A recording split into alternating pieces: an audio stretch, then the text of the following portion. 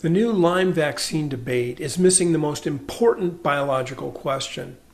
And before I start, let's be clear. I'm not anti-vax, and this isn't an anti-vaccine video. I'm vaccinated. My adult children are vaccinated. My grandchildren are vaccinated. Vaccines have unquestionably reduced suffering and saved lives. But I also think informed medical decisions require honest conversations and real data. Because vaccines are not biologically inert. No meaningful medical intervention is. Medicine already recognizes rare but real vaccine injuries. Think as an example about Guillain-Barré syndrome, which is a known complication associated with some vaccines and infections. So the question is not, are vaccines perfect? Nothing in medicine is perfect. The question is, what are the real risks and real benefits? And that brings us to the new Lyme vaccine. Right now, headlines are emphasizing that the vaccine is 70 to 75% effective. But that is a relative risk reduction.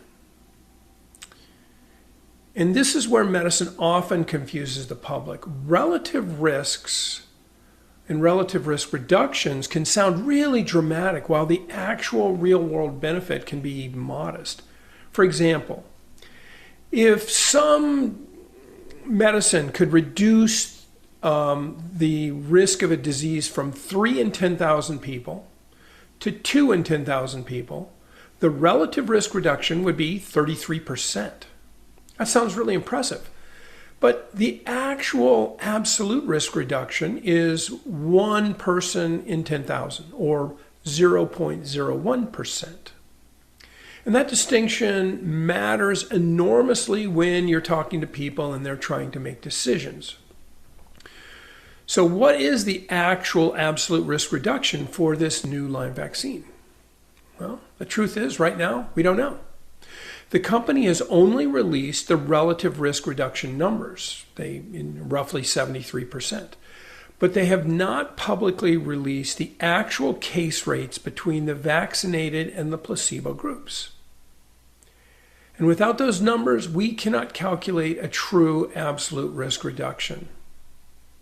And that matters because the vaccine may be far more effective and make a lot more sense in high-risk populations, people with heavy tick exposure, forestry workers, hunters, hikers, people who live in endemic areas. But the equation may look very different in people at low risk. Now let's talk about side effects. So far, the known side effects appear similar to other vaccines. Injection site pain, fatigue, headaches, fevers, muscle pains, transient joint pains, and most appear mild to moderate. And importantly, the major autoimmune arthritic risk associated with the older Limerix vaccine was never conclusively proven scientifically. And that's really important to understand.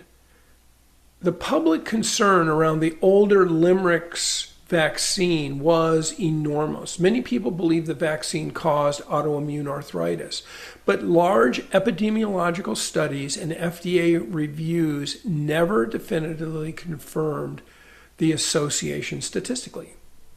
The vaccine was ultimately withdrawn from the market because of a collapse of public confidence, lawsuits, controversy, and poor sales, not because regulators proved widespread autoimmune harm. And that distinction is important, right? At the same time, absence of proof is not proof of absence. So there's a huge public concern about vaccines. But so far, especially in that Limerix vaccine, we haven't proven a harm. And because the new vaccine has not yet been studied across millions of people or over many years or with long-term surveillance, there's a lot of unknowns. Now, here's where I think the controversy becomes much more interesting. What if preventing infection and preventing chronic illness are not biologically identical? Think about that for a second. What if preventing infection and preventing chronic illness are not biologically identical? Because many chronic illnesses appear to involve more than just an active infection.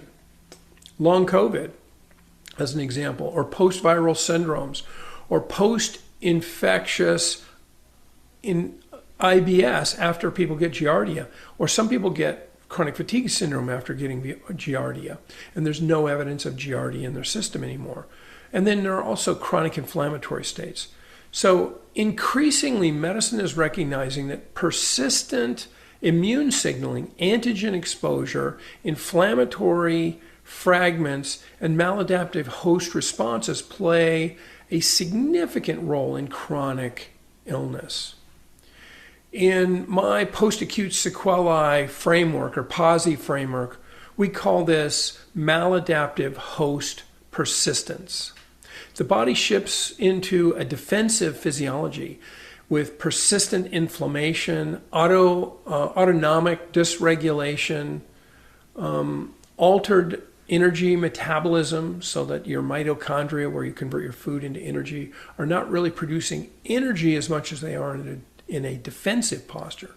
And then the autonomic nervous system also goes into this, and the immune system go into this kind of hypervigilant mode, and so on. So at first, these changes that I just described are all protective, but as they persist over time, they become self-sustaining, and then they become limiting as to your ability to heal.